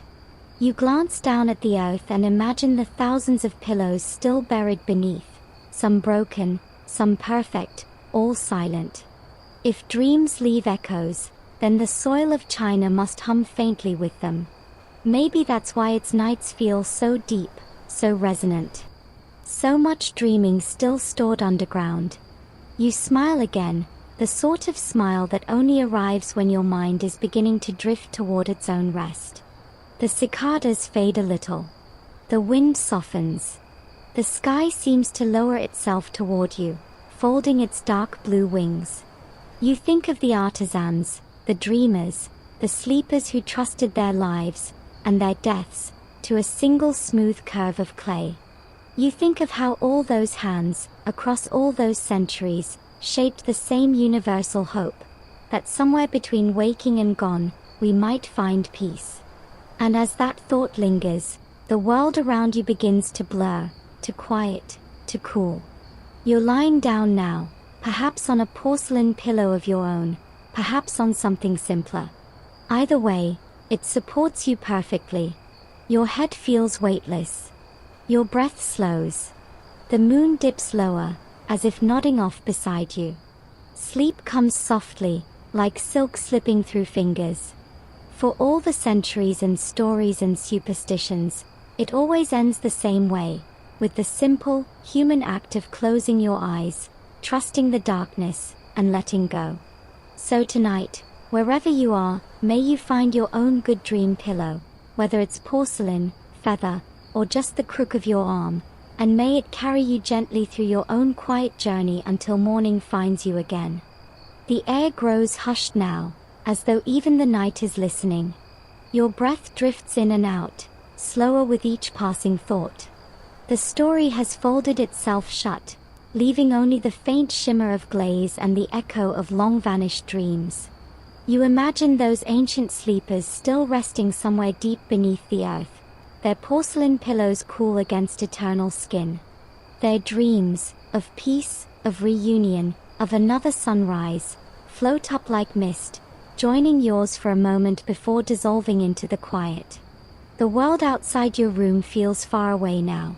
You can almost hear the distant trickle of a stream, the rustle of silk robes, the whisper of brushes painting tiny lotuses on white clay. It's all fading gently, like candlelight dwindling to a glow. Your body feels heavier. Your mind feels light. The boundaries between now and then, waking and dreaming, begin to soften. Maybe, as you fall asleep, you'll dream of those same porcelain pillows, scattered across centuries, all glowing faintly like little moons.